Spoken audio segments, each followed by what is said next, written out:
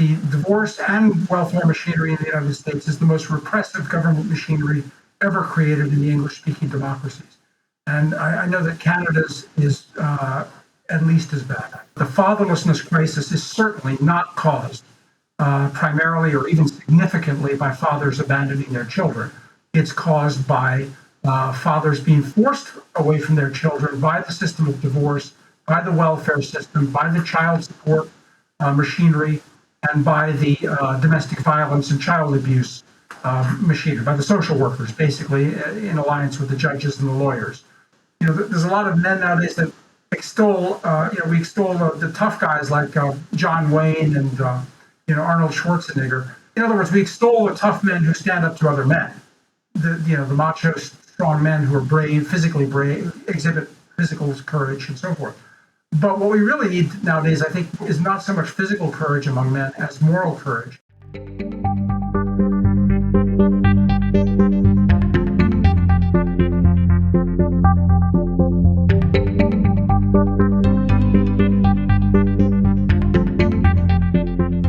Dr. Stephen Baskerville is Professor of State Studies at the Collegium Intermarium in Warsaw and author of several books on sexual politics, including Taken into Custody, The New Politics of Sex, and most recently, The Gentleman's Guide to Manners, Sex, and Ruling the World. He is past president of the American Coalition for Fathers and Children, and his recent writing is available at stephenbaskerville.com. Dr. Baskerville, it's a pleasure to have you here on the podcast. Thank you. It's good to be here. Great. Well, today I want to have a discussion with you about two books in particular, which is Taken into Custody and The New Politics of Sex. And if I'm not mistaken, these were written in 2007 and 2017. Is that right? That's correct. Yes. So through those two books, you go into a lot of topics. The first one, Taken into Custody, we'll start with that, which focuses on family law, divorce, custody, and all the troubles associated with that. And The New Politics of Sex is a book that is much broader in scope, touching on a wider range of issues as well as international issues. So we'll come to that one second. So first of all, thank you for sending me a copy of Taken into Custody. This book, it truly shocked me, and I think it's very well written. It's a book that's full of references, tons of research, tons of data and statistics and references throughout. But I didn't realize the situation with family law, courts, custody, and all of that was so bad until I read this book. I had some early ideas because of the organization that I work with about, the need to reform these laws and the need to change practices around families and children, but I didn't realize the extent of it. So what was it that first alerted you to this problem and made you go on this journey of research and writing? Well, I realized that you aren't alone. A lot of people know that there's something seriously wrong with the family courts, the divorce system, and more. But most people just have a partial understanding of what's going on. And I realized that the problem is much bigger than any one case. Individual cases are not aberrations; they're not accidents. It's a pattern. It's a huge pattern. So a widespread phenomenon of just rampant injustices in the family courts, involving divorce, custody, child support, domestic violence accusations, child abuse accusations, radical feminist ideology, judicial corruption. And I wanted people to understand the picture holistically. And I realized also that nobody had really done that there were a lot of books exposing various aspects of the injustices. But since I had a background as a professionally trained political scientist, I thought I was in a good position to write about the larger picture, the politics behind the judicial corruption and the judicial injustices, and give people that larger picture along with an explanation, because I think it is politically driven, and it really took someone who is, I think, in some ways with some professional training to understand that larger picture. Okay, I will thank you for that description. It's a very severe problem, and I just want to give our audience a sense of the scale and the scope of the problem if you're okay, I want to read a couple of paragraphs that I took out of the book. These are truly unbelievable. So you wrote in this book, some estimates predict 2/3 of marriages will end in divorce. In addition to over 1/3 of American children now born out of wedlock. Of these, about 80% are unilateral, though the figure might be even higher when children are involved. And so when children are involved in about 3 out of 5 or 60% of divorces, which allowing for childless divorces means that more than 1 million children annually are separated from one parent at the sole instigation of the other. And this would mean that by a cautious estimate, at least 700,000 parents are involuntarily divorced every year, and control of their children is taken over by the state. There's another paragraph I want to read as well, just to set the frame and the context, because this one shows the consequences of fatherlessness. So many people, yourself, Warren Farrell, and many others have written about the negative impacts of growing up without a father in the home. What you said in this book is that, and this is not only your own opinion, but it comes from a lot of academic research as well. Virtually every major social pathology of our time, violent crime, drug and alcohol abuse, truancy, scholastic failure, unwed pregnancy, suicide, and other psychological disorders, all of these correlate more strongly to fatherlessness than to any other single factor. According to the National Fatherhood Institute, children who live absent their biological fathers are on average at least 2 to 3 times more likely to be poor, to use drugs, to experience educational, health, emotional, and behavioral problems, to be victims of child abuse, and to engage in criminal behavior than those who live with their married, biological, or adoptive parents. The children from affluent but separated families, are much more likely to get into trouble than children from poor but intact families. And white children from separated families are at higher risk than black children from intact families. And this line, I just want to finish on this one because it really surprised me. The connection between single-parent households and crime erases the relationship between race and crime and between low income and crime. And when I read that, it blew my mind, because given what's happened in the media and on the streets of the United States over the last couple of years, with all the protests and riots and demonstrations and everything, one would think, based on the media narrative of the story, is that, the major problem in some communities is racism. That's what's holding people back, or it's poverty. And once we can, have an open and honest conversation about race, deal with these issues, or we can channel more resources from the state towards poor families, that will solve the problem for the most part. But what you're arguing and what you're pointing to with your research is that fatherlessness is at the core of these problems, and it's not really it's not really the race or the gender or the social class. It's what kind of family structure you grow up with that is the major determinant of your success or failure in life. So I just wanted to ask you about all of this, because this was tremendous when I read that. Yes, no, this is all very true. I don't actually dwell on that very much in the book, because many of those facts are well known, and they are, they're things that are readily acknowledged, for example, by many commentators, especially conservative commentators, but even some liberal ones as well. So I don't actually push that because it's well known. What's not well known, of course, is the reason for the fatherlessness and why it happens, and that's why I concentrate on the book. I mean, for example, the problem does afflict low-income minority communities because it proceeds originally. The cause of it was largely the welfare system. And, the welfare system, is disproportionately made up of low-income, Black and other minorities from the inner cities or Appalachia or poor communities.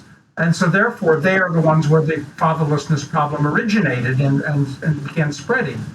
But no, it is not limited to them anymore by any means, because the divorce system then exacerbated. It took the problem that had begun with welfare and it began spreading it to middle class communities, especially the white communities as well, affluent communities. So it's very, very clear, the social science. There have been studies that have controlled for race and poverty, and they've found that, I quote them in the book, And they found that the real cause, it's not just because fatherless homes are poorer and have less money. It's even controlling for income level. It is the fatherlessness itself that creates this dysfunctional and dysfunctional behavior and enemy, social enemy. Yes, what you said is very true. That fatherlessness is at the core of a lot of social and economic problems that are often blamed on other causes. And one of the core arguments in your book that I took out of it is that you are dispelling the myth of the deadbeat dad, or the father who's abandoned his family. He's just run away and shirked his responsibilities as a parent. I think that was the argument that you pointed to in David Blankenhorn's book, Fatherless America, from the mid-90s, where he was saying there's an epidemic of single-parent families, and the deadbeat dad is to blame because he's running away, he's not doing his job. And my understanding is that you agree on the scale of the problem, but your diagnosis is different. You're saying that instead of these men running away, they're being pushed away by a no-fault divorce, which is often unilaterally coming from the wife, the mother, as well as the state and all the various social service and psychological workers and institutions and apparatus around the state that not only allows, but in some ways incentivizes no-fault divorce. So do you want to speak about that angle a little bit? Yes, that's very true, and it's you can't underestimate the importance of that. That's very critical, and Blankenhorn is not the only one. David Popenow is another prominent academic who wrote a book called Life. I think it's called Life Without Father, and he implies the same, or states the same thing, that the fathers are all abandoning their children, and it makes a huge difference in diagnosing the problem and solving the problem. Which of us is right? And by the way, I've challenged Blankenhorn in print, and I've challenged him in person, and he has refused to answer me on that. So I think he's basically conceded the point that it is not caused. Of course, you can find individual examples of anything, but the fatherlessness crisis is certainly not caused primarily or even significantly by fathers abandoning their children. It's caused by fathers being forced away from their children by the system of divorce, by the welfare system, by the child support machinery, and by the domestic violence and child abuse machinery, by the social workers, basically in alliance with the judges and the lawyers. So it's a huge that's a absolutely fundamental difference, because many of the conservative groups and other groups that recognize the problem of fatherlessness, they have no solution. They have no solution whatsoever. They throw up their hands, they lament and bemoan. But if you press them and you say, what do we do about this? Well, they say, well, the fathers are abandoning their children. And they know very well this is not the case.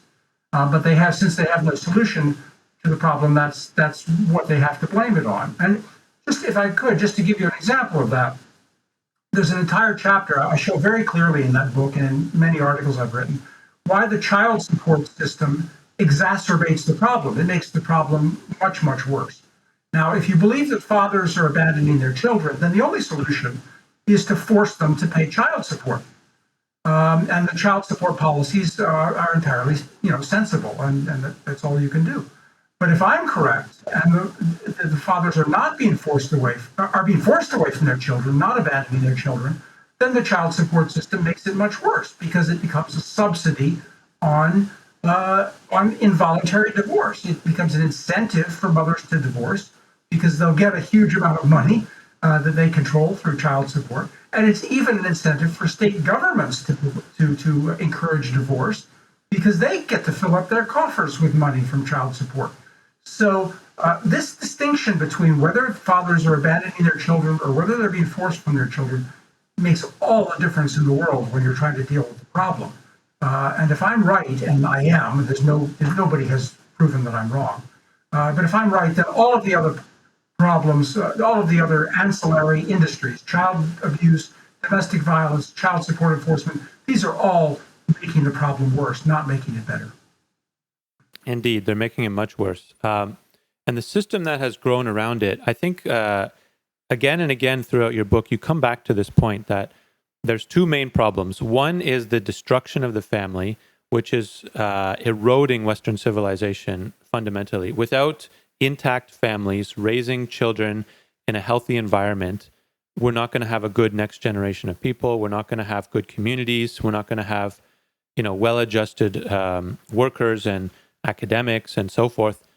But the other thing, besides the family problem, is the intrusion of the state into personal lives. I think that's a point that you made many times in your book, is that it's kind of a libertarian argument that there are some areas of life where the state just should not invade. And inside the home is one of those areas where it should be left to, the people living in that home on a personal level to decide their own affairs and how to run their lives. Not some government bureaucrat at the state or federal level or some social worker. And so there's violations of privacy. There's violations of individual rights. I think you said the Bill of Rights, almost all of the clauses within that are violated by this whole bad system that's been set up. And the family lawyers are making lots of money off of it. I just checked the statistics in Canada just for curiosity. In the US, it may be different, but the average family law lawyer in Canada earns somewhere between, $100,000 and $160,000 per year, possibly more if they have a well-established practice. But it's a pretty well-paying profession. The judges as well are involved. And yet, you pointed out in your book that the family law, they are one of the most hated divisions out of all lawyers. Like if you compare it to criminal law, corporate law, the other subsections, this is the one that gets the most complaints, and not only complaints, but threats. Like there have been violent threats coming from fathers who have lost their children for no cause whatsoever. And so there's huge acrimony in this system. Yes, that's right. Well, these are the things that are not well known. I mean, even the groups, there are, family groups and Christian groups that lament divorce, and they lament the way that the divorce laws allow divorce so easily and families to break up and people to get hurt. And that's all true, but these other things are at least as serious, if not they're far more serious. And the violations of civil, it's not just permitting divorce. It's forcing divorce on people involuntarily, and it's forcing state government intrusion into private family life on people who are legally innocent. And yes, as you say, the violations of individual freedom, of civil liberties. I mentioned that virtually every article of the Bill of Rights is violated routinely in family courts, and I detail that and document that in the book. The very concept of no-fault justice is an abomination to the whole framework of the English common law. What no-fault justice does, as I've shown in recent articles in Chronicles magazine, no-fault justice is an invitation to summon legally innocent people and bring the full force of the law to bear on legally innocent people. That's what no-fault justice is. It allows the state, it allows courts to punish, including criminal punishments, against legally innocent people. This is obviously intolerable in a free society. It's intolerable. The violations of the Constitution are intolerable and unlogical and inevitable, flowing from this. And yet this aspect of it is completely ignored. I state, and nobody's ever contradicted me, that the divorce and welfare machinery in the United States is the most repressive government machinery ever created in the English-speaking democracies. And I know that Canada's is at least as bad. Yes. No, it's a terrible situation. Like it's such a it's something that like I almost don't know where to begin. You do have some recommendations in your book, which we'll get to. Maybe we'll come back to that a little bit later. But the system arose, I think, because a combination, I think you said, of feminism and pressure from government and the legal, the bar associations who are making money off of it. And you said that in no other aspect of contract law, commercial contracts, is one party incentivized for breaking the contract. Like if you have a business transaction, you violate the contract, there are consequences, there are punishments. But the marriage contract, there are not only negative consequences for the one party who breaks it with no fault, but as you say, incentives. And the rights, the presumption of innocence that exists throughout our Western common law system doesn't seem to be applied in family law. There's almost a presumption of guilt, and the father can lose his children, lose his home, have his income and assets frozen or removed, and then he has to go fight just to get them back and get back to zero where he was before, based on often no evidence whatsoever, or sometimes, as you say, like a weaponized false allegation of abuse. Many of those allegations, some, of course, there are real situations of domestic violence, and they do need to be investigated as a criminal matter. But you say, and this was another part that shocked me, is that some bar associations are actually advising women on how to make a false allegation of abuse in order to get full custody of the children when they're going through the process. Yeah, no, you're right. It's just unbelievable. It's just out of control. Yes, and this has been documented. Bar associations, advising women on how to break the law. False allegations of crime are themselves crimes. Judges, I've documented in the book instances of judges telling one another that they should not enforce the Constitution or the Bill of Rights in their courtrooms. This is just unbelievable. They talk about the domestic relations exception as if they're just simply exempt from the Constitution, it's just shocking that this is permitted. And by the way, this is not just family law, although the family law is the real cesspool. But this is well known among the middle level and the upper levels of the judiciary. The members of the federal courts and the Supreme Court, they know this is happening. And they look the other way. They refuse to enforce it. They could come down on this. They know that the Constitution is being violated.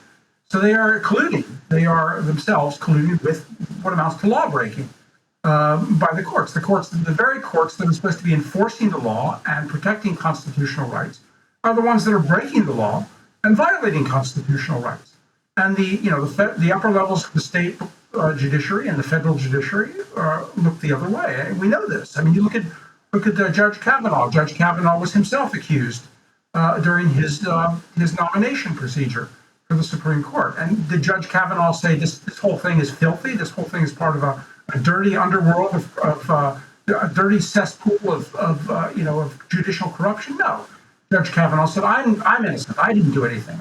He didn't say that other innocent men are being punished. Other innocent men and some innocent women are being criminalized by this. No, he protected himself rather than blowing the whistle on the larger problem that's going on here. So, Judge Kavanaugh is part of the problem. And yet when he had an opportunity to blow the whistle, he refused to do it. So, And that reminded me also of the Clarence Thomas and Anita Hill saga, which was almost the same thing one generation earlier. Yes, I don't know how much that was, how close that would have been, but it's very likely. I never really investigated. It was a little before my time as far as investigating this stuff, so I never looked into that really. But it's very likely that would bear an interesting investigation. One of the things that I was thinking about when reading this book is just how many lies we've been told. There's so many. One is that, first of all, domestic violence we're told, is a problem that is one-sided. It's men being violent against women, when all of the research on domestic violence shows that it's approximately balanced. It might be a 60-40, but it's definitely not 100-0. So that's a problem. The other is that the stereotype of the abusive father who's physically or sexually abusing his own children, that's another lie, because as you point out in your book, I'll see if I can get the quote up here, but the child abuse paragraphs were another eye-opener for me. You said that basically a child is much more likely to be abused by a single mother or by a new boyfriend or husband or stepfather than by its own biological father in the home. I'll try and pull up the numbers here, but this was a big eye-opener because it just it goes against, all of the stories we've been told. Yeah, very much so. That's one of the most shocking findings of the whole book, because if you think about it for a minute, what does that really mean?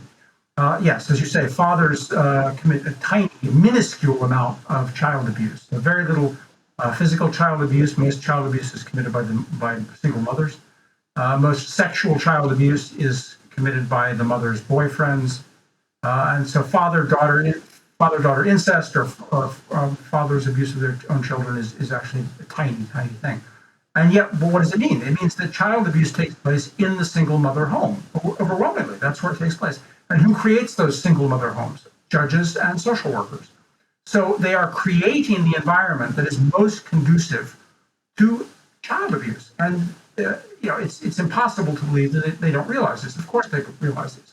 Because like all bureaucracies, they create the very problem they're supposed to be solving. And the conclusion is absolutely unavoidable. And I've said this in the book, I've said this in articles, nobody's ever refuted it, that the social work bureaucracies and the family courts are intentionally, I have no hesitancy about saying this, they're intentionally creating child abuse. They are intentionally creating the environments because their bureaucratic self-interest, their existence for their reason for being, their reason for existence, justification for existing, depends on a steady flow of abused children. And so that's what they create by removing the fathers from the home.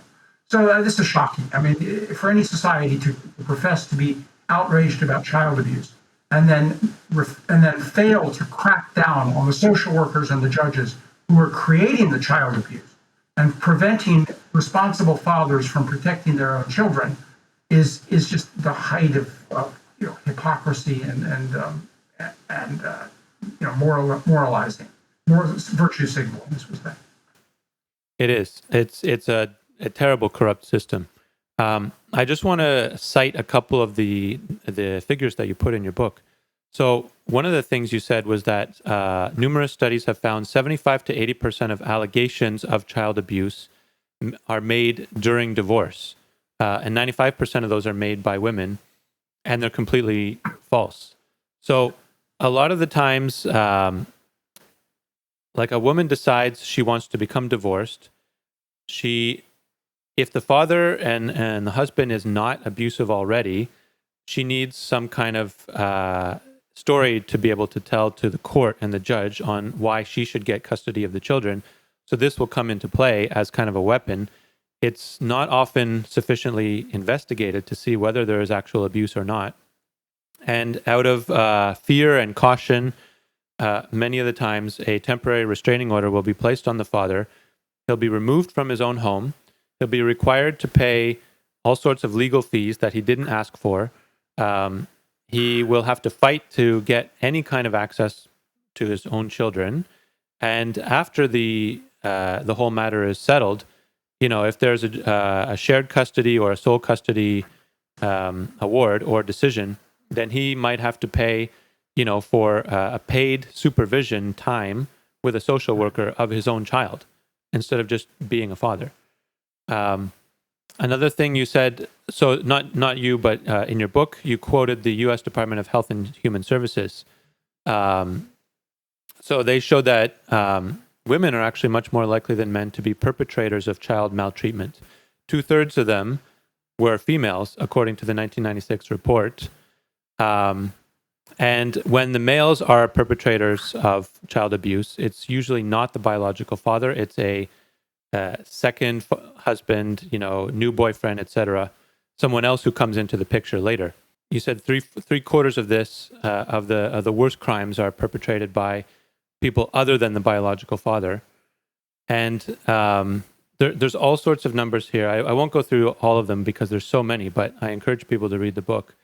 But in the UK and in Canada and in the US, there's far more frequency of abuse happening outside of the original family of origin than there is within it.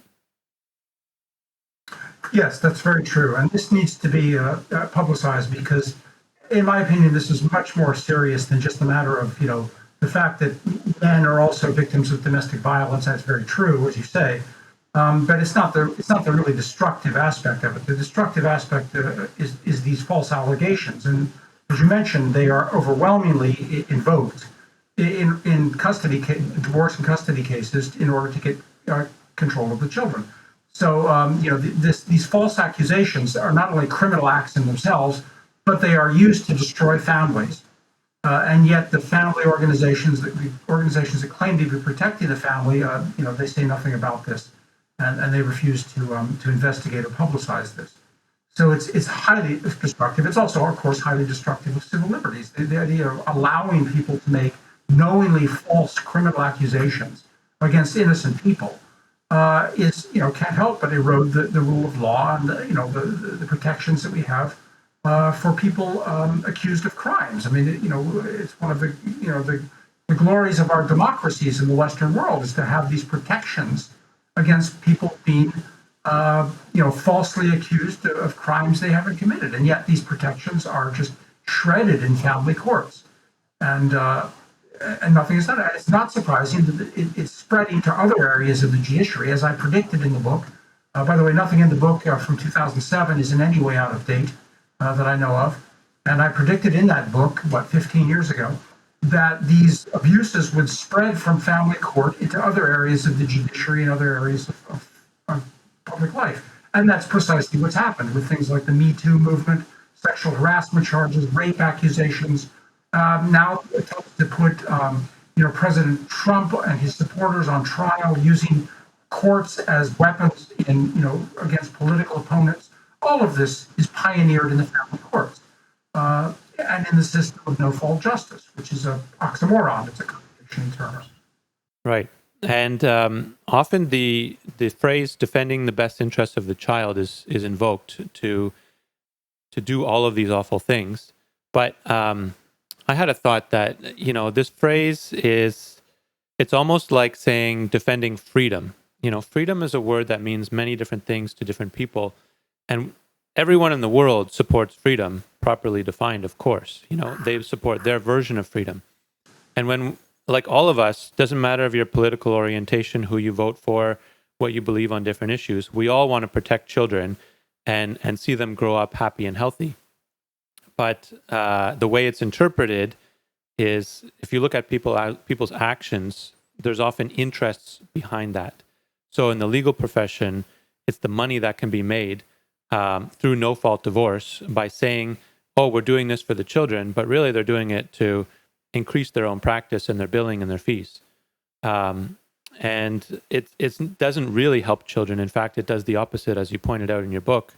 The judges, the lawyers, the social workers think they're acting in the best interest of children, when in reality, they're exposing them to potentially higher violence and abuse. They are also depriving them of the benefits of an intact family, which have been well documented in research. And they're setting up their life for a more compromised adult life compared to a child that remains with their family. So the whole thing is really just it's a whole bundle of lies and myths and illusions that is starting to unravel. I believe that enough people have realized, because it's happened either to themselves or to a friend or to a relative. Somebody got totally decimated in a divorce and custody battle, that people are waking up. It's just that there's so many entrenched vested interests to fight against, namely the bar associations and the feminist activist groups, that it's a difficult battle.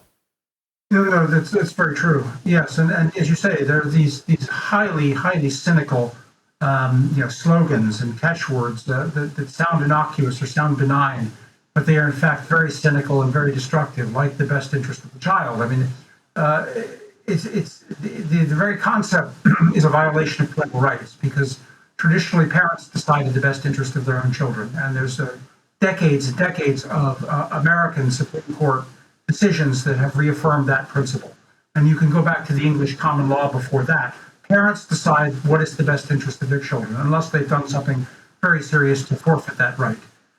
So when you the very act of invoking that phrase, the best interest of the child, which is completely meaningless, But it transfers from the parents to the judges and other state officials the power, the prerogative to decide what that is. And in any given moment, it can be whatever the judge says it is. There's no way of defining the best interest of the child, and it's never been defined. It just means the judge decides what's good for the children. And generally, it's the judge decides what's good for himself, his cronies, and for the bar associations, which appoint him and control his promotion and his reappointment. So yes, this couldn't be. This is the absolute height of cynicism and hypocrisy. I don't believe this is the result of caution in the least, because as you point out, there's if you're talking about accusations of criminality, whether it's child abuse or domestic violence or any of these abuses, there are criminal courts that exist for sorting this sort of thing out, this kind of thing out. So if someone is accused of a crime, child abuse, domestic violence, physical assault of any kind, it should be transferred to a criminal court. It should be tried in a criminal court. It should be tried according to criminal standards of evidence and, of course, due process of law and protections for the rights of the accused. But none of this happens in family court. The children, because this is not the purpose of it. The children are simply seized. The judge seizes control of the children, and when even in the absence of accusations like domestic violence or child abuse, simply the very act of filing for divorce, the first thing a judge does, the very first thing when the case comes into the court, the mother typically says, I'm filing for divorce. The very first act of the judge is to seize control of the children, and to remove the children from the care and protection of the father and the mother, the parents, and to place the child effectively as a ward of the court. Because until that happens, the court has no authority. As long as the family is intact, as long as there's a father, the court have no rationalization for existing or for entering the case. So the first thing they do is remove the children from the father's care and protection. From that point on, for the rest of their childhood, it is up to the father to, the burden of proof falls on the father to justify why he should be given his children back. There's no burden of proof on the judge to justify why they are removing the child from one or both parents. So this is outrageous. It starts right there with the presumption of guilt, this is the point at which the judges need to be controlled. They have no right to do that, to simply remove children from the care and protection of innocent parents. If a mother comes into a court or a parent comes into a court and says, I'm filing for divorce, I want sole custody, the proper response of the judge is to say, you're not getting it until you prove that there's some reason. The burden of proof is on you to show why I should remove custody from the other parent. And by the way, let me just add, sometimes the roles are reversed. Sometimes this does happen to mothers. Sometimes it's the father bringing the case, and the mother is the one who is victimized by this. So, it does happen. The mothers in those cases almost never get any protection from the feminist organizations who defend this system. And it's usually because the father has some connection with the legal industry, lawyer or judge, something like that. It's a truly disgusting system when you think about it. It needs to be torn down, almost the whole thing, and rebuilt on a better foundation. But you've compared it to it's so bad. You've said it's almost like the Soviet Union or Nazi Germany in the way that they have these totalitarian tactics where. And Kafkaesque, I think, is another term that you describe in your book, where you find yourself, you wake up one day, everything that you love and care about is taken away from you. You're not given a proper process of, a fair trial, weighing of evidence, presumption of innocence, defense of your rights, etc. You're kind of attacked by the system, and then you have to try and claw your way back to getting the things that you previously had. And so there's an enormous amount of work that we have to do to change this. But I'd like to ask you now about your recommendations, because as a political scientist, your focus is on government, politics, bureaucracies, laws, regulations, and everything like this, and how they affect it. But I suspect that the full solution to this dilemma that we're in won't come from politics alone. It also has to come from people, society, culture, the traditions and norms of the society we live in. Like there's a kind of sociological or anthropological dimension to it as well. So one of the things would be a rebuttable presumption of equal shared parenting in family law. And I believe that's something you called for in the U.S. We've tried to a couple times in Canada to pass those laws. They haven't passed yet, but we're still working on it.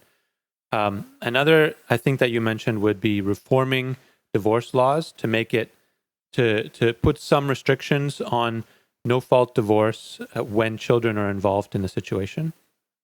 Do you want to talk about any other thoughts or recommendations you have on how to remedy the situation? Yeah, I do think it requires a full-blown investigation, and that probably has to start with doing just what you're doing. I mean, the alternative media have to investigate the family courts, the divorce machinery, the welfare machinery in depth, and because there's too many cliches. I mean, frankly, even the fathers groups, the fathers' rights groups, have too many cliches and too many set ways. I think you need a full-blown journalistic and academic investigations of corruption that takes place in the family courts, and they need to be exposed to public view in a very big way. Just tinkering with this or that policy measure is not going to do the slightest bit of good. I don't think that a presumption of joint custody is anywhere near sufficient. I'm in favor of it. I think it's good in many ways. I do favor. I think it should come about, but I don't think it's going to solve the problem by itself, and I don't think it's ever going to be enacted by itself. It's happened in a few cases. They passed one in the District of Columbia. And as far as I can tell, it's almost never enforced. And so it's by itself, it's not going to do anything. I think it has to be part of a larger package. The parental rights have got to be treated as one thing. Let's start with marriage and let's talk about parenthood. Marriage, there is no room in a free society for no-fault justice. It's simply a contradiction in terms. It's a prescription for tyranny. It's a prescription for totalitarian government. You simply cannot have no-fault justice. It is a contradiction in terms. It has to be abolished, and fault has to be introduced into any legal proceeding, or it's not a just proceeding. Secondly, parental rights have to be restored as being sacrosanct. You cannot violate someone's parental rights unless you are proven that they are unfit or they have done something seriously wrong by due process of law. So parental rights have to be absolutely sacred. They cannot be violated without strong showing of unfitness for a parent. Those are the two bedrock pillars. And of course, the Constitution has to be enforced. The Bill of Rights, the contract clause, the various aspects of the Constitution, the habeas corpus in the American context, similar protections exist in Canada, the UK, Australia, and so forth. But basically protections for civil rights, civil liberties, the rights of the accused, above all, due process of law. These have to be enforced. And so, just pushing for different custody arrangements is certainly not going to be sufficient. It needs to go far beyond that. And we need to have we need to have broad investigations by journalists and by scholars and by non-governmental organizations, family groups that truly want to protect the family. I think those are all great ideas. I want to ask if there's more to the story, though, because even if all of the laws and protections were reformed, they were put back the way that they should be, there's something in people themselves, like the young generation right now. I think the rates of marriage are going down. Young people just aren't getting married as much as previous generations, especially the boomer generation. We do need to incentivize, if we want to have families and children that are healthy and functioning, we need to encourage young people to want to get married and to convince them that this is a good path in life for them to choose. And right now, especially young men, a lot of them are just saying, no, thank you, I'm out. I won't have anything to do with that, because everything that you've written about in your book, no-fault divorce, custody going to the mother, child support payments. And by the way, there was points that I forgot to mention on that. Many of the myths about the deadbeat dad not paying child support, they were demolished in Sanford Braver's book. And he showed that actually most child support is paid. And the Office of Child Support Enforcement in the United States did a study some years back on that, and they found that actually non-payment was not a significant problem. But despite that, their organization still grew and grew in staff and funding and everything like this. So they're fighting a problem that's a non-issue. But anyways, back to the main discussion is how can we socially kind of restore marriage and restore family? How can we, convince people that this is worth getting into? Well, let me just say, first of all, that people who have taken this approach, it hasn't worked at all. The approaches that have been tried so far. During the Clinton administration, the Al Gore started programs for restoring and encouraging and promoting fatherhood. And those same programs during the Bush administration, they were relabeled to promote marriage, to encourage, parenting and so forth. These programs did not work. They simply channeled money to psychotherapists, most of whom were radical feminists, many of whom hated fathers and hated marriage and wanted to redefine them out of existence. And there were a number of scandals involving conservative politicos who were taking this money from these programs and writing about it in the newspaper without disclosing the fact that they were on the payroll. So, this idea of, feel-good programs promoting marriage, tax incentives to encourage people to have more children. In countries like France and Poland, they've been actually making payments to parents to encourage them to have more children. There's very little evidence that these are having the slightest impact. What really needs to be, I think, once, the very process of showing young men and young women that the family courts and the divorce system are being reformed, I think would have a huge impact on encouraging men to get married and to have children. Because, as you say, men are finding out. They know what's going on. The MGTOW movement, men going their own way. I mean, these men make videos by the thousands. They watch them by the millions, in which, as you say, they declare that they're not going to have children. They're not going to get married. Some won't even have any contact with women. So they know what's going on. They know the truth of what I write about in the book. And I think the very process of undertaking, but I think their response, I think their apathy and their rejectionism is misguided. I think what they should do, they would have enormous power if they threw themselves into campaigns to rectify, to reform the courts, to expose the injustices and remedy them. These men would have enormous power, and they would regain their status in society. So I think a vigorous campaign to reform the courts, the welfare, reform, if not abolish the whole welfare system, which is dysfunctional. I think it would cause a huge battle. It would cause a huge outcry. You'd have enormous, tears and shouting from the radicals. But that very process of taking that on, I think, would signal to Americans, young Americans, that we're serious about reforming the courts and that we want the family to be restored. We want people to have children. We want parents to have authority. We want the marriage contract to be honored. We want all contracts to be honored, and we want the Bill of Rights to be respected. So I think the very process of undertaking all of that, if we did it in a high-profile way, I think would signal to people how that we're serious about this. And I think that could do more than anything. More than feel-good programs, preaching at people, nagging people, scolding people for, being bad parents or for not being parents at all. The men being puerile, running away from their responsibilities. All this, tends to take the form of nagging and scolding men for their inadequacies. There's no evidence this can possibly do any good. Men need to take the leadership. We need to stop scolding the men. And the men need to stop feeling sorry for themselves and start becoming leaders. That's a very good message, I think, and maybe one that could be heard by all of the MGTOW guys out there who have resigned themselves to a solo life. Is that we need you. We need you as part of the fight. Join this campaign of reforming the system. I mean, yes, you can check out. You can go and hide in a corner and do your own thing, and that's fine. And some people will choose to do that, but that's not going to help the world get better. That's not going to help the next generation. What we really need is a lot of people to stand up and defend masculinity, defend fathers and the important role that they play in families and in the world, and and take on these entrenched interests that have built this awful system that's harming children and families. I mean, that's if people wanted to take the heroic path instead of the lonely path, that could be one option for them, is to, dedicate their life towards building a better system and fixing it.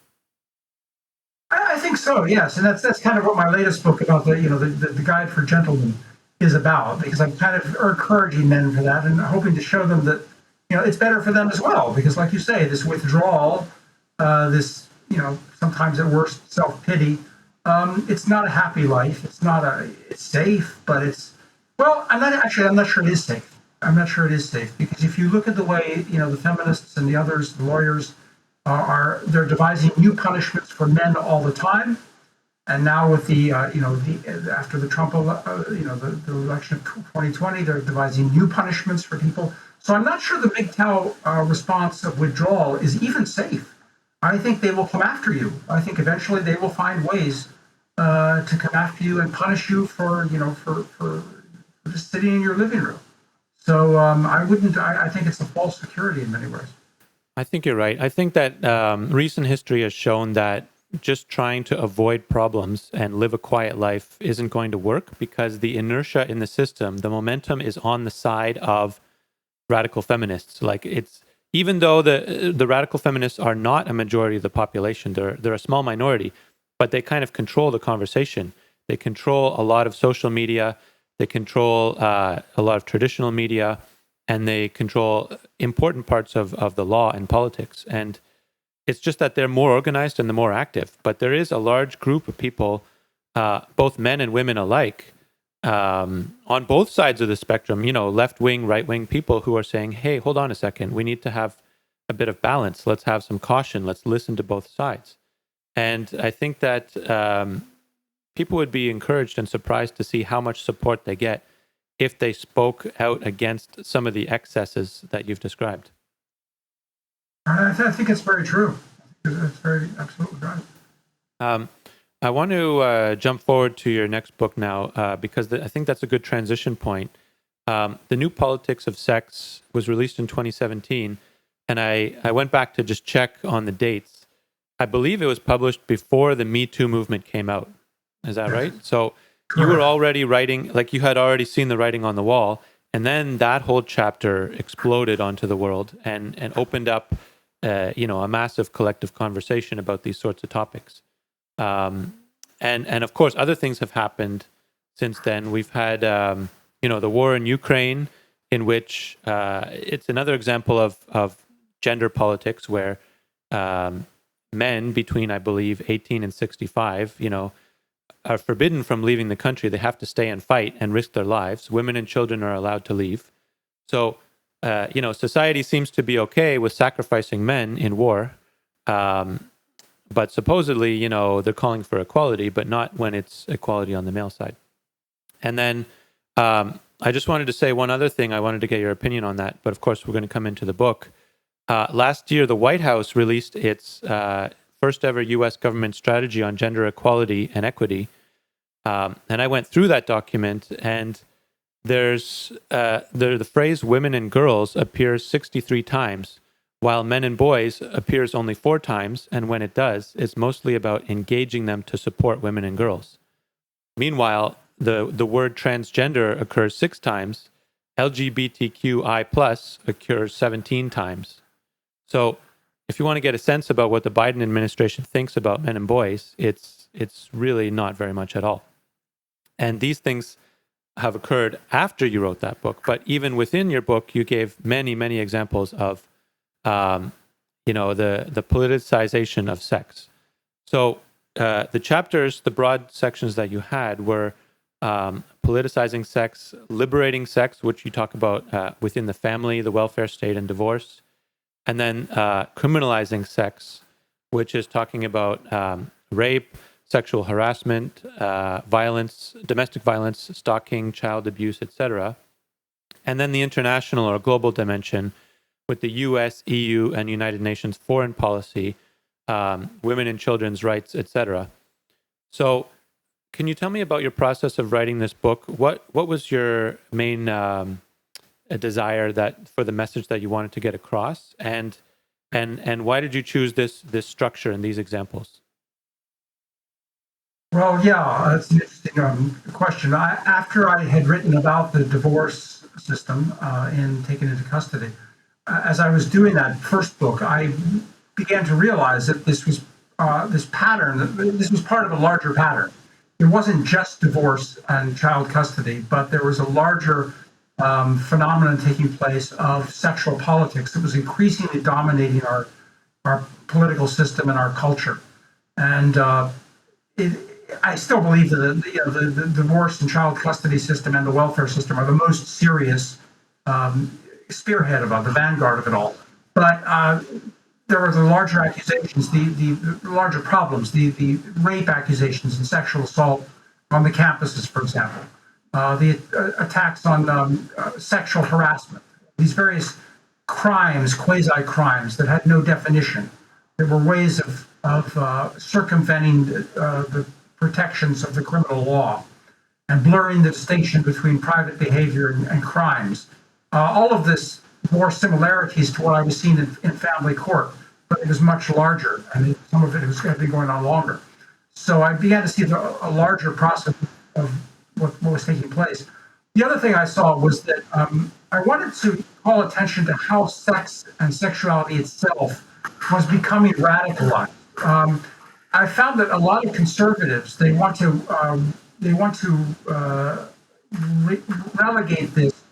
They want to label this as Marxism or communism, and it does have its origins in many ways. If you look at sexual radicalism, it does have its origins. If you look at the Russian Revolution and really back into the French Revolution, there was a marginal element back then of sexual radicalism. Nowadays, sexual radicalism has emerged into the mainstream. It's claiming its own day in the sun, and that needs to be recognized and confronted. And I think a lot of conservatives don't know how to deal with this. They frankly want to refight the Cold War because they feel powerful and they feel like they won the Cold War. So they know how to confront Marxism and communism. So they want to just say this is just like Marxism and communism, and that gives them an excuse not to deal with it. It gives them an excuse to hide under the table when they are confronted by the women, by the feminists, by the LGBT, by the transgenderists. They can hide under the table and refuse to confront this stuff, especially the feminists. I mean, they do confront the LGBT agenda, they do confront the transgender agenda, but they don't confront, to this day, they do not confront the radical feminist agenda in many ways. So they, and I wanted to call attention that sexual politics, sexual radicalism, sexual ideology are real phenomena in themselves. They cannot just be dismissed as, sideshows from Marxism and communism. We need to confront these things squarely. And I showed the dynamic. It's very different in some ways from the dynamic of communism. It's also very different from the dynamic of racism. This is another thing. Conservatives know how to confront radical racial nationalism, the radicalism of the Black Panthers and Stokely Carmichael and Malcolm X and so forth from the 60s and 70s. But the sexual politics is very, very different. It's not the same dynamic at all. Yeah, I think you're right. It's not the same dynamic because it comes from a different place. I mean, my own opinion is men and women are in every place of the world. We coexist together. We live amongst each other. We work together. We study together. The difference is that with communism, like this is an ideology that arose at a certain time and place. It took root in some specific parts of the world, but communism comes and goes in waves. It goes in and out of fashion. Right now, it's not really, well, maybe it's having a little renaissance, but it's not really in power effectively in very many parts of the world. It kind of, in the early 90s, pretty much collapsed. But the difference is that women will never disappear. Men will never disappear. So on the sexual dimension, we always have to live with each other. We always have to find ways of cooperating and resolving our differences. And so it's not just a political idea. It's kind of how do we relate to the other half of humanity? And I think that stumps or it befuddles conservatives who, there's no escape. You can't get away from women. You have to work with them. You have to live with them. And it's good that we work and live with them and study with them, but let's do so on harmonious terms. And it's become very disharmonious in the last generation, as you pointed out in this book. I want to ask you, if you're a left-wing person, imagine you are kind of someone who's really conscious about inequality of wealth and income, and you care about the working class, like the old left. What should someone like that do to understand how their movements have been co-opted or seized by identity politics and sexual politics? And what could they do to kind of restore some positive movement for, economic empowerment of everybody, regardless of identity? Yeah, that's a really good question, because you're right. I mean, the old left has been cut off. It's been preempted. It's been, not long ago we were romanticizing the working man, right? The working man with the cloth cap, singing "Solidarity Forever" out there on the picket line. And now that same working man is vilified as an abuser and a deadbeat and a wife beater and so forth. And it's true. And if you look at the real casualties of the sexual revolution, I mean, the greatest casualty of the sexual revolution so far has been the black male. I mean, the disintegration and the destruction of the black male has been going on now for decades, and we've seen this. He is the victim of the welfare system and the child abuse, domestic violence, child support. All of these abuses, which are now afflicting all men, started with the black male and certainly destroyed his status and his position in society. I've often said the black male is the canary in the mine shaft, and other men should be looking out for this. So. Yes, you're right about this. There was a time when working class men, they might believe in socialism, they might believe in the picket line and so forth, but they were well aware that if their daughter came home pregnant without being married, they would be shamed. And these men, and a lot of these men, to be honest, if you look at the so-called far right, the growth of the far right in Europe, especially, I think a lot of those men on the far right came from the far left. Men who were at one time were involved in the communist parties or the socialist parties or the labor unions, and they were co-opted and destroyed by the new left, the young 20-something feminists, homosexualists, environmentalists, who had nothing but contempt for working men, and that still happens today. So I think working men have to be. You're right. They have to be conscious of, who their friends and who their enemies are. And I think they are, for the most part. I mean, if you look at the labor unions nowadays, especially the public sector unions, the public employee unions, they're almost all run by women now. And you look at the institutions, the journalism, the universities, the Republican Party, the churches, all of these institutions, even conservative institutions, are now being run, increasingly taken over by young, radicalized women. And so men, especially, I think especially maybe black men and minority men, need to kind of wake up and question their old habits, their loyalty to the Democratic Party, for example, which many have inherited from generations, and start realizing who's really on your side and where your interests really lie. And I don't think it's with the left wing of the Democratic Party anymore. Yeah, I think you're right. I'm not old enough to have lived through the 60s and 70s, but it did seem to me, especially in those days, that the Democratic Party, the left-wing politics was the politics of free speech, equality, and challenging the status quo, challenging the system, going for change. But right now, it's like and they also represented, to some extent, I guess you could say, the working class interests, the common people. But it's almost like it's flipped in North America, where the common working class people are now, looking towards conservative politics, and the elites, like the ones with tremendous wealth and privilege, who control the media, that control corporations, are the ones on the left. Like it's kind of like that. The underdog doesn't vote Democrat anymore. well, in some ways they do, depending on your definition. But if what you care about is middle class families, it doesn't seem like the left wing parties are. This is just my personal opinion, by the way. Disclaimer that this doesn't represent our organization because we're officially non-political. But just as a casual observer, it does seem like that the two parties have flipped their positions as to who they attract in their votership. No, that's very true, and you can see the same thing. The same thing has certainly happened in Britain, for example, with New Labour, and Old Labour. So it's not at all new. By the way, there in Canada, you did have a couple of politicians who were actually very good on the men's fathers, custody issue. There was Senator Ann Cools was a Liberal there in Canada, and Roger Galloway, as I remember, also was a Liberal. I don't know if there. I know Senator Cools is retired. I'm not sure about Roger Galloway, but they were very strong. In fact, I would go so far as to say that of elected national officials in any English-speaking country, at least, they were by far the best as far as speaking out on this. So there was a time when Liberals could, with a big L or a small L, could recognize injustices and spoke out against them. But you're right. The Democratic Party in the U.S., the Labour Party in Britain, the Liberal Party in Canada, they've all been captured by this woke ideology, which is it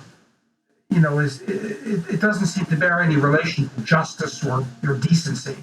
It's just become the ideology of the privileged. Mm-hmm. I noticed a parallel in your book, The New Politics of Sex, that when you talk about the campus rape situation with all the allegations and the attention on that, what happens to accused men, male students on campus, is very similar to what happens to fathers through the family court system, which is that something happens, an incident with a woman, an allegation is made or an accusation. He's not given due process. He's not given his rights and presumption of innocence. It's not gone through a criminal process, but it goes through kind of a university tribunal or a hearing, a panel that they have there in the school itself. And, he's immediately kind of presumed guilty and has to prove his innocence. And oftentimes what will happen on campus is that the path of least resistance, or the quickest and most painless for the administration solution, is to just remove the male, expel him, and blacklist him. And that's the same thing that happens to fathers in the family court system. And then for him to get his reputation restored and to get his academic status cleansed and restored is a very difficult battle. And that happened there's many examples that you gave of that. No, absolutely. That's very true. And what you're pointing to there, what you're noticing there, is the larger how this is corrupting the judiciary generally. Because what all of these instances have in common is the creation of special courts, special tribunals, rather than the regular courts. And the creation of special courts has long been recognized to be a formula for injustice. The great A.V. Dicey, the great English jurist, said that the rule of law, I'm paraphrasing, the rule of law is defined as being the pursuit of justice in the regular courts of the land, not special courts, whether you're talking about family courts or university tribunals or there in the U.S. and Canada both. Now they have special domestic violence courts, which are there to procure prosecution or convictions. They contain a quite explicit presumption of guilt. This is similar to the special courts that were created during the French Revolution, the special courts that were created by the Nazis, special courts created by Stalin for his show trials. And this idea of special courts for political purposes. Nowadays we have the International Criminal Court, the International Criminal Tribunals in Rwanda and Yugoslavia.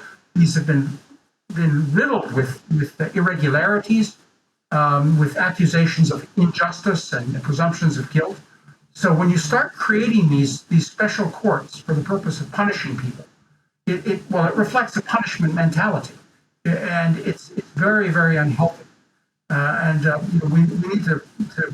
There's really no reason for family courts at all. If there's an injustice suit, or an injustice or a crime being committed within the family, that can be dealt with by the ordinary courts. Yeah, I think in any situation that's sufficiently serious that it could be a criminal matter, it should be processed by criminal courts, not by these special courts which don't follow the same rules and procedures. Correct. There's other examples that I can think of in your book. Well, actually, they're not always in your book, but they reflect themes that you talk about in your book. One is what I call special equality. So there needs to be, I think most people would agree, there needs to be some kind of balance between the rights and responsibilities and the authority and the benefits and costs that are allocated to men and women broadly in society. When it gets too imbalanced, it's bad for both sexes. But it seems that some people want to have their cake and eat it too. You know, an example would be the U.S. women's soccer team. They just achieved a compensation package where they will share all the profits and proceeds of from the sales of tickets and the World Cup, etc., with the men's team, and every player gets paid the same, women and men, despite the fact that the men's soccer earns way more money from a business perspective. The women's team was offered the same deal, and they turned it down because they don't attract enough viewers. So, their version of equality, it's kind of opportunistic. It's like some women want equality when it suits them, and they want special treatment when it suits them. But, when men are disadvantaged, such as in schools or in certain workplaces where they're underrepresented, like primary education, healthcare, social services, you don't see feminists calling for equality in those areas. You don't see them saying we need to get the male numbers up in elementary schools and these kinds of things. So do you think that people notice these things? Like, I notice it, but do you think that people notice and care? Oh, I think people do notice, yes, and there's definitely, as you say, there's a double standard. Double standards are fine when it's to your advantage, and they're deplorable when it's to your disadvantage. No, you're absolutely right, and in many ways, I think this is the characteristic of radical ideologies generally. I mean, the great critic Milovan Djilas in Yugoslavia during the 1950s, he said this about communism. He said communism really doesn't have any fixed principles. It's just about power for the party. Anything can be changed. The principles about public ownership, or about the production, about class. I mean, all of these things can be changed to suit our needs. But the one thing that never changes is power. And you can see that very strongly in feminism. Anything that contributes to the power of feminists is good. But if it requires that men and women be treated equally or the same, then that's good. But if they have to be treated differently, then that's okay too. If as long as it means power for the feminists. And I even have a quote in the book from a feminist who says that. She says that it all depends on whether men should be treated and women should be treated the same or should be treated differently. It all depends on which gives us more power.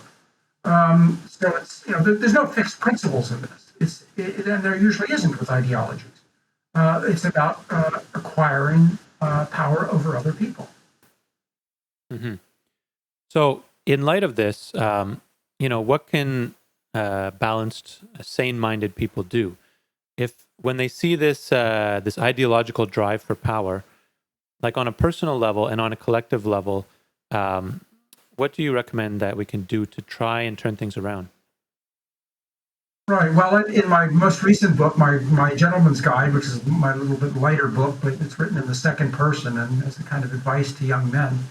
I advise young men, frankly, not to have anything to do with feminist women. I mean, it's too dangerous. It's too expensive. It's too dangerous. The costs are just too great to be. The chances of ending up in a lawsuit at the least, or in a criminal accusation, or losing your children and everything else you had. I mean, it's just too great. And so, really, men should just refuse to associate in any way with women who espouse radical or feminist ideas, because it's just too risky and too dangerous. And men have to, it takes a certain amount of fortitude, a certain amount of strength and courage sometimes to do this, because of course it's easy for men to be seduced. They want female companionship, and they oftentimes they want it on. They don't insist on it on their own terms. They allow it to be on the woman's terms, and if the woman is unprincipled, then they can be in very serious trouble. I like to point out that there's a lot of men nowadays that extol we extol the tough guys like John Wayne and Arnold Schwarzenegger, but in the past the tough men in other words, we extol the tough men who stand up to other men, the macho strong men who are brave, physically brave, exhibit physical courage and so forth.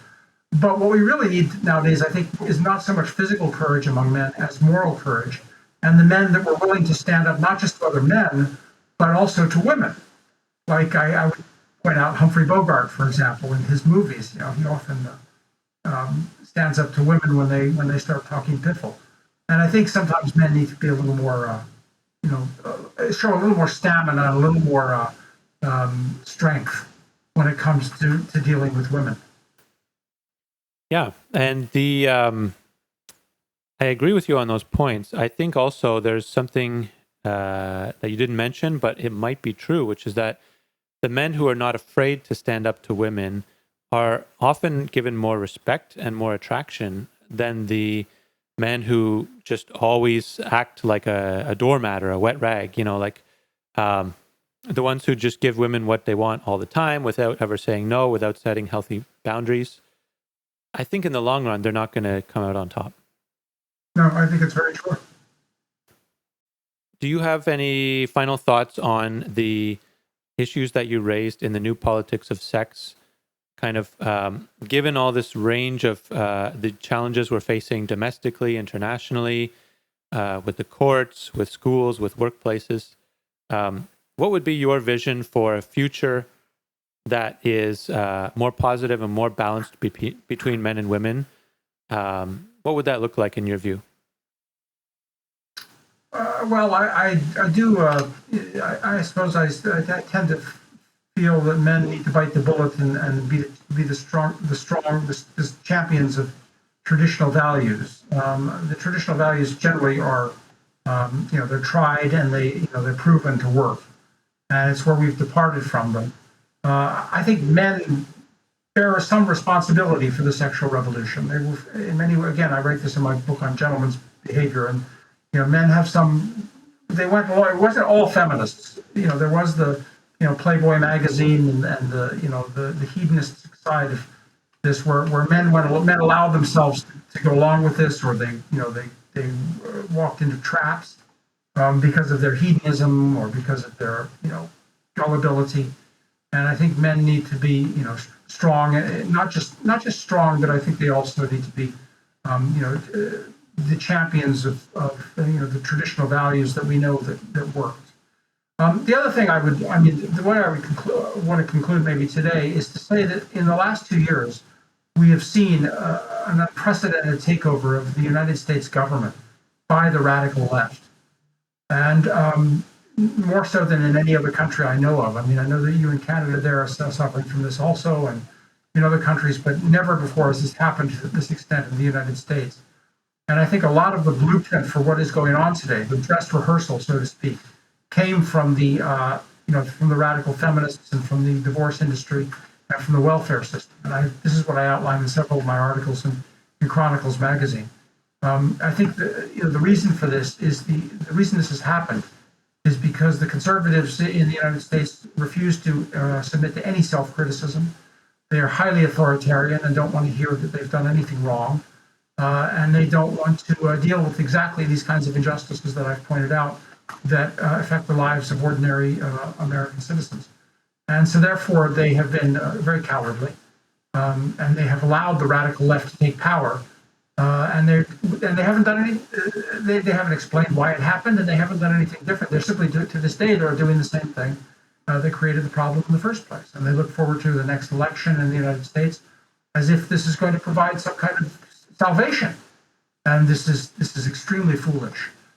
Waiting for the next election to save us is like waiting for the Messiah. I believe in the Messiah. I'm sure the Messiah is going to come, but I don't think he's going to be very happy with what we're doing for ourselves. I think we need to start acting for our, standing up for ourselves and examining our own ways and our own faults, and we'll be better off. Yeah, and I'm curious. Do you think about what do you think about creating entertainment or online content that's pro male? I asked this to another guest recently. I think that changing the law is one important step. I think that acting through political channels is another important step. Connecting with other people who have shared values and forming communities is a good step. But a lot of the misandry that we see in society arises out of stereotypes that were formed from films, television shows, comics, and so forth. The image of the either the violent psychopathic male or the bumbling incompetent male, and the good man, the good father, the good citizen. I think we need to create more content like that to give young people something to look up to. Oh yes, I agree. I think I'm all in favor of, pardon me, of that. My only caution would be that I think sometimes talking about changing the culture becomes an excuse for a lot of people not to change the destructive public policies. And we hear this a lot, especially among conservatives who don't want to risk anything. They talk about we have to change the culture. Well, yes, we do change the culture. There's no doubt about that. But it can't be a substitute for changing, the destructive government policies that are harming people right now, very concretely. So I think we need to do both. I agree. We should do both. Great. Well, thank you, Stephen. It's been a pleasure. I really enjoyed this conversation. I'm sure we could go on and on, but our time is limited. But we've had a really interesting talk on a range of issues. So thank you for writing the books. Thank you for speaking with me today. I will try and read your most recent book as well, which I didn't get to yet. And people can find you, as we mentioned, on your website, stephenbaskerville.com. That's correct. Well, thank you. I think what you're doing is good. God bless you. Okay. Thank you very much and have a great day.